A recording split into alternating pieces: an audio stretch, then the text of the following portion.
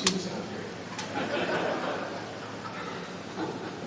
Anyway, thank you, Mark, for the question. I appreciate it very much. Your company's commitment to building, as you put it, a vibrant semiconductor ecosystem in the United States. That's what we're doing with your help. Thank you to everyone at TSMC, especially Morris Chang, who founded this company in 1987 and grew it into a global giant. But the most significant thing about him is his wife, Sophie. I tell you, believe it or not, Sophie worked in my first senatorial campaign when I ran for the Senate. True story.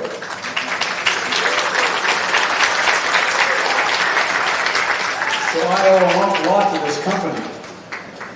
We had a lieutenant governor named S.B. Wu and his wife Kathy around my staff, and they got her involved, and so I want to thank her very much for that.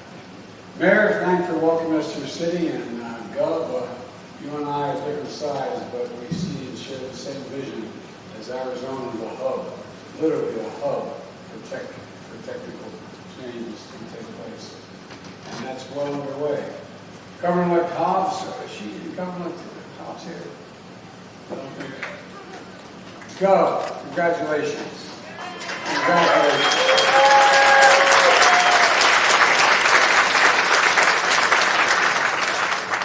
Well, I'll tell you what, you're starting off in the right place. This is going to be an incredible asset to the state of Arizona. Special thanks to the incredible Arizona Democratic members of Congress who flew out with me today from Washington.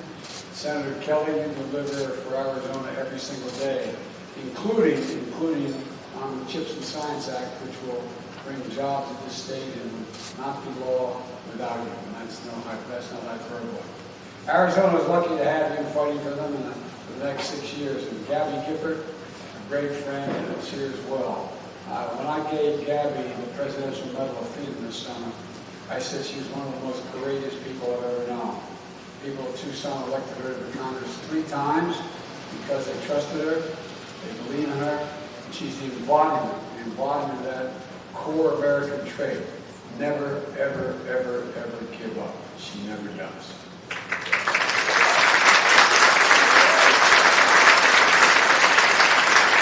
I want to thank Senator Sinema, who can't be with us today in Washington, working on another major piece of legislation. A tremendous advocate for the people of Arizona and a leader in so many issues important to the state. 4 of Arizona's representatives are here with me: Ruben, Greg, Tom, and Raul.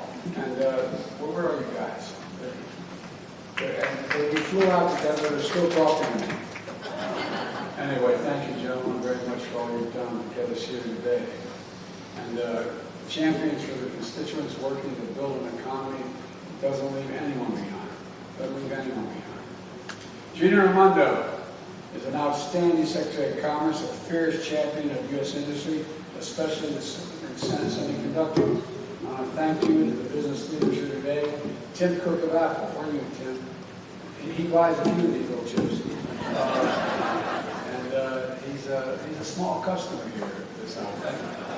Between 25 and 35% of it. Anyway, I hope they're treating you well. And Sanjay of Micron. Sanjay has represented more than 24 tech and manufacturing companies, and you're here because you're seeing what we're all seeing.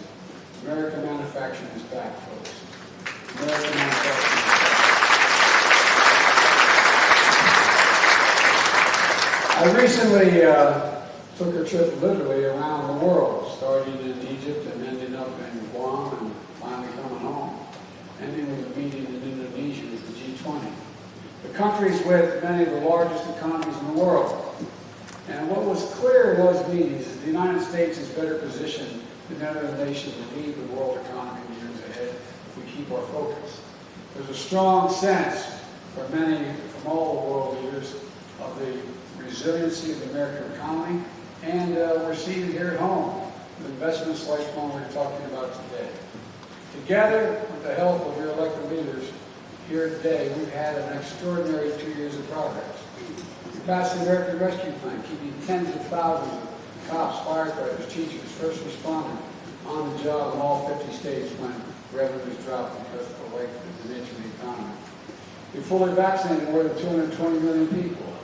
We're We're rebuilding our infrastructure, fixing our roads, our bridges, our airports, strengthening American manufacturing by creating 750,000 manufacturing jobs just since I become president. What I'm most excited about is people are starting to feel a sense of optimism as they see the impact of the achievements in their own lives. It's going to accelerate months ahead, and it's part of the broad story about the economy we're building that works for everyone. One that grows from the bottom up and the middle out, that positions Americans to win the economic competition in the 21st century. When we grow it that way, the poor have a shot, the middle class do well, and the wealthy do very well. My dad used to have a saying. He said that you say, a job is about a lot more than a paycheck, Joey. It's about your dignity. It's about respect. It's about being able to look your child in the eye and say, honey, it's going to be okay. It's going to be okay. Thousands of Arizonans are going to be able to look their kid in the eye because of what you're doing here today and saying, honey, it's going to be okay, and mean it. Back in April 2021, I met with Mark and other industry leaders. TSMC had made a $12 billion investment here in Phoenix to build first fab to make semiconductors in the United States. Now, the equipment is ready to move in. Next year, commercial operations are going to begin. And today, TSMC has announced a second major investment. We'll construct a second fab here in Phoenix to build chips, 3 nano chips. The 3 nano chip. Chips with 3 nano. You know what I'm saying? Nano, I don't know. But look, these are the most advanced semiconductor chips on the planet. Chips will power iPhones and MacBooks, as Tim Cook could attest. Apple had to buy all the advanced chips from overseas. Now they're going to bring more of the supply chain here at home. It'll be a game changer. All told, TSMC is investing $40 billion here in Arizona, the largest foreign investment in the history of this state. Over 10,000 construction jobs and 10,000 high-tech jobs will be created. And I want to thank everyone in this company for making this happen.